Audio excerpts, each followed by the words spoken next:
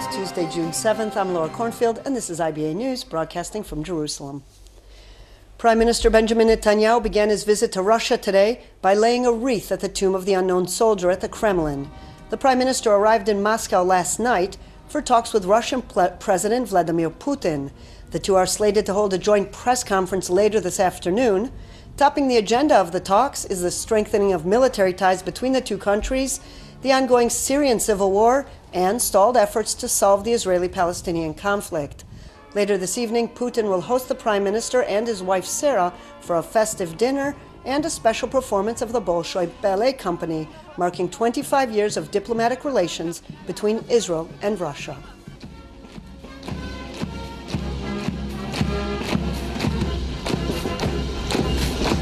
The saga concerning alleged donations Prime Minister Benjamin Netanyahu received from French millionaire businessman Arnaud Mimran continues to make waves.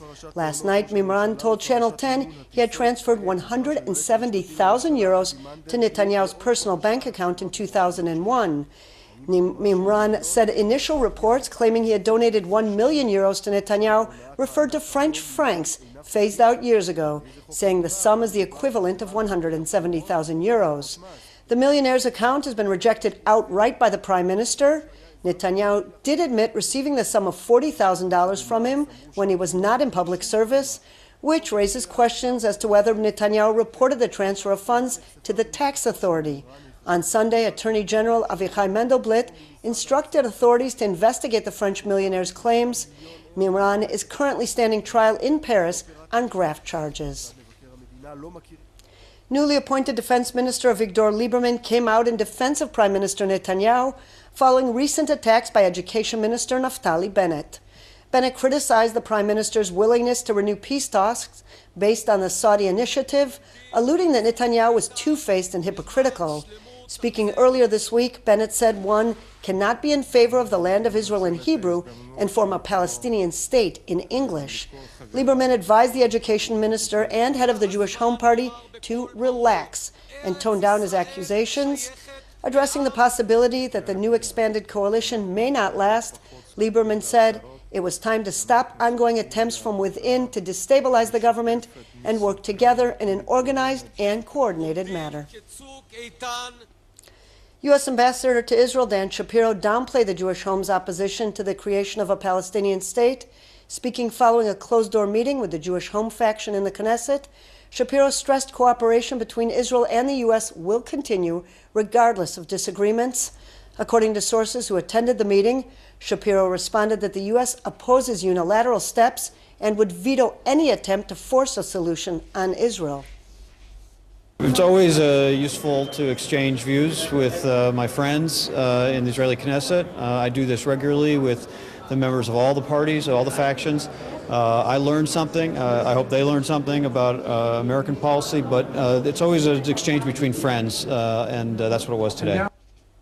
Shas is threatening a new coalition crisis if the new head of Channel 10 News, Rami Sadan, will not be fired.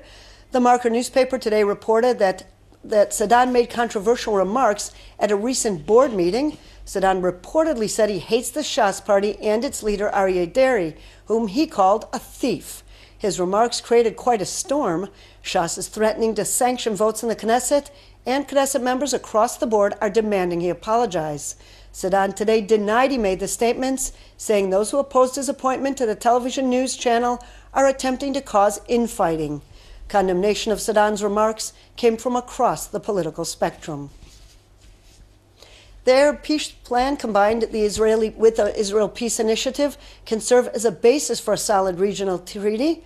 This according to Daniel Scheck, former Israeli ambassador to France and a staunch proponent of the Israel Peace Initiative, which promotes an agreement between Israel, the Palestinians, and pragmatic Arab states. IBA's Eilon Aslan-Levy spoke with Scheck about the Saudi peace plan and the recent Paris Peace Summit. Well, the Arab Peace Initiative, generally speaking, is a comprehensive peace offer to Israel, normalization of relations. The Israeli response is based on the premise that we can bring certain alterations to that peace initiative so that it can serve as the basis for an Arab-Israeli peace agreement, an Arab-Israeli, and maybe a regional kind of treaty. Okay.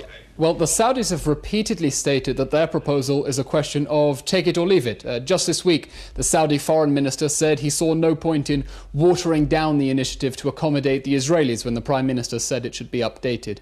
How willing do you think the Arab League will really be to entertain a counter-offer?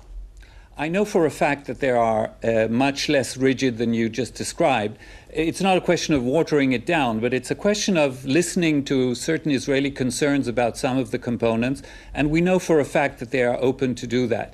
And once they have, I think this can and should serve as a real basis, because it's not just peace between Israel and the Palestinians, which of course remains the core of such a peace agreement. It's truly an end of conflict project between Israel and the Arab world. And under the current regional circumstances, I think it's easy to find the joint interests between Israel and certain moderate Arab Sunni states. So to take one example, the Palestinian refugee issue. In what way could the differences be gapped between the way the Palestinians and the Arabs interpret a just solution to the refugee problem and the way the Israeli side could accommodate it? Well, the language of the Arab Peace Initiative, and certainly of the Israeli one, is just and agreed solution.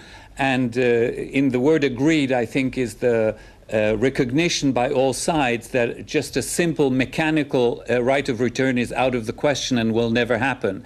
There is not a component, a player in the Arab-Israeli peace negotiations ever who has thought that that would be a practicable solution. So I think that the general concept of what used to be the Clinton parameters and certain other texts that are relevant for the Arab-Israeli and most particularly the Palestinian-Israeli conflict remain the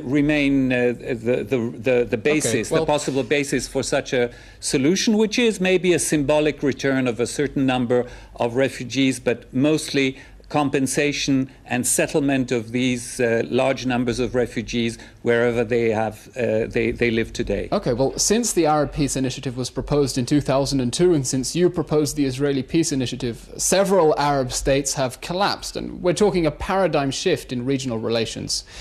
Given this, can a regional initiative still be implemented?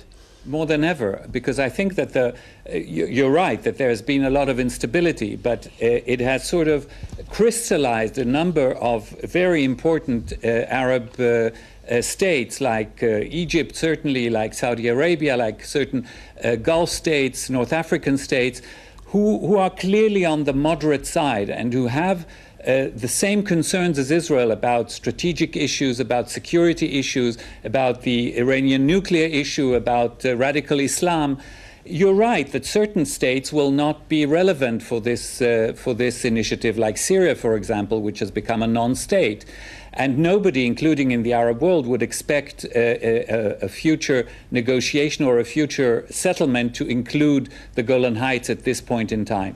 But I think that those who have remained stable and who have an interest in seeing this region stabilizing understand that Israel can be part of that. Of course, Israel will have to address the Palestinian issue if we do want to have an overall settlement with all those regional players. Well, given the Prime Minister's statement last week that he saw positive elements in the Saudi initiative, should we be surprised if there are secret clandestine talks happening behind the scenes? Well, if they are secret, I certainly don't know about them, but I would be very happy to hear that there are such negotiations.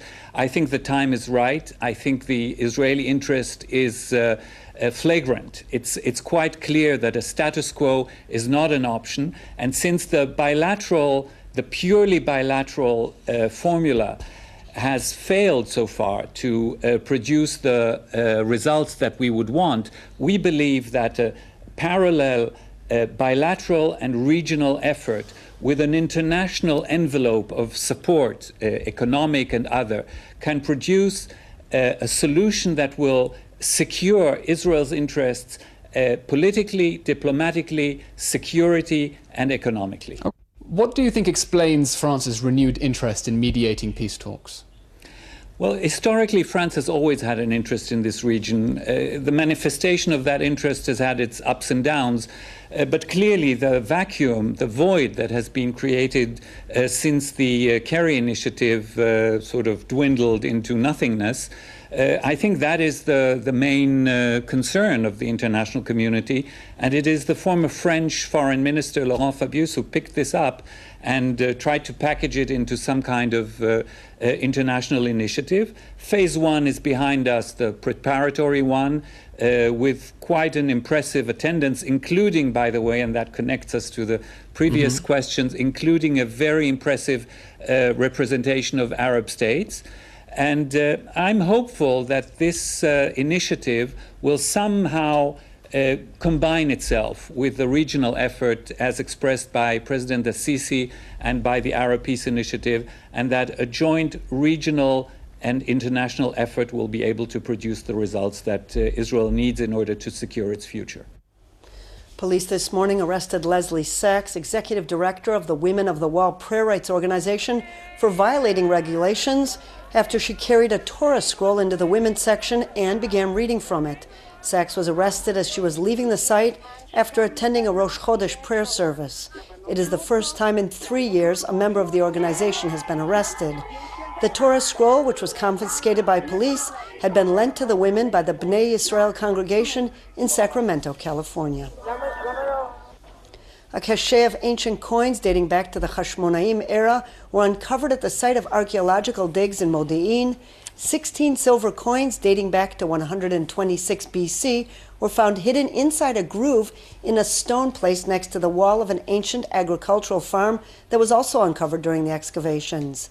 The coins bear the portrait of King Antiochus VII and his brother Demetrius II. The site's manager said the rare ancient silver shekel and half-shekel coins lay undetected for some 2,140 years.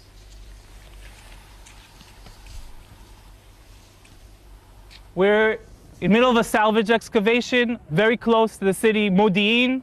What we discovered here is a farmstead from the late Hellenistic period, the Hashmonaim period. What we're talking about is a family, an extended family, who came here in order to work the fields.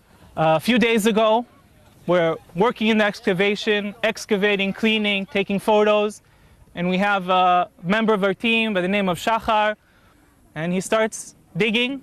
And then I get a phone call from Yossi, the area director, and he tells me, come, there's something nice here. I say, is it a hoard of coins? And he says, yes, it's a hoard of coins. And I come, and we see a bunch of large silver coins. We start cleaning it, and we see more and more coins. We excavate it until we reach that level. And then what we discovered was a hoard of silver coins, tetradrachmot and didrachmot, that were minted in the city of Tyre in 130 BCE. And when we started to think what might be the story behind it, the picture we reach is that at that point, one of the members of the family of this farmstead saved his earnings for a number of months, and he took that money and he hid it because he had to go somewhere. Where did he have to go? Maybe he was a soldier in the Hashmonaim army who had to go for a battle. Whatever the case is, he never came back. And the coins laid there hidden for 2,140 years until we came and our staff and we found it here. It's a very fascinating, interesting find. And for an archaeologist, it's also a tool which lets us learn about the period of when this farmstead was active. State Comptroller Yosef Shapiro revealed that his office is currently examining an additional chapter in the report on Operation Protective Edge that concerns international law and relates to the Hannibal procedure used by the Army during the 2014 military operation in Gaza. Describing the issue as extremely important, Shapiro emphasized that officials are going to great lengths to prevent any leaks of the probe before the conclusion of the investigation and to ensure that those involved will be able to conduct their work without any interference. The Hannibal procedure entails using massive force, irrespective of casualties, to prevent a soldier from falling into enemy hands, even if it means putting soldiers' lives in danger. Hillary Clinton appears to have clinched the Democratic presidential nominee, becoming the first woman in the 240-year history of the United States to lead the presidential ticket of a major political party. Clinton has secured a total of 2,384 delegates, one more than needed for the nomination. After a strong win in Puerto Rico's Democratic primaries, her delegate count is expected to grow further today when six states, including California and New Jersey, place their votes. It's not an overstatement for me to say that we have a really important election now. And I want to just remind everybody, if you haven't voted, you please, I hope, will vote tomorrow on June the 7th. It's a really big deal for California to vote because California is about the future. California is going to help us make the future that we want for every person in this country.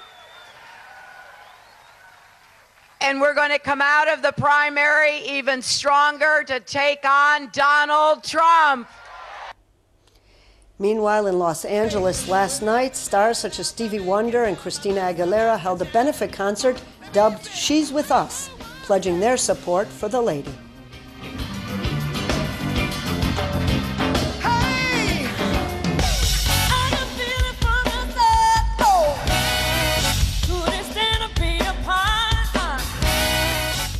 Turning to Turkey, where at least 11 people were killed and dozens wounded this morning when a car packed with explosives blew up next to a bus carrying police officers in the center of Istanbul. The blast occurred during rush hour traffic close to Istanbul University. According to Turkish media, gunshots were heard near the site following the explosion, which also damaged nearby buildings and trees, leaving debris scattered across the road. No organization has claimed responsibility for the attack. The governor of Istanbul said 7 of those killed were police officers and 38 people were injured. Today's bombing marked the 6th terror attack in the country since last October, in which dozens of people have been killed. In local money matters, shares were up on the Tel Aviv Stock Exchange, while the shekel was mixed in foreign currency trading. Here are the numbers.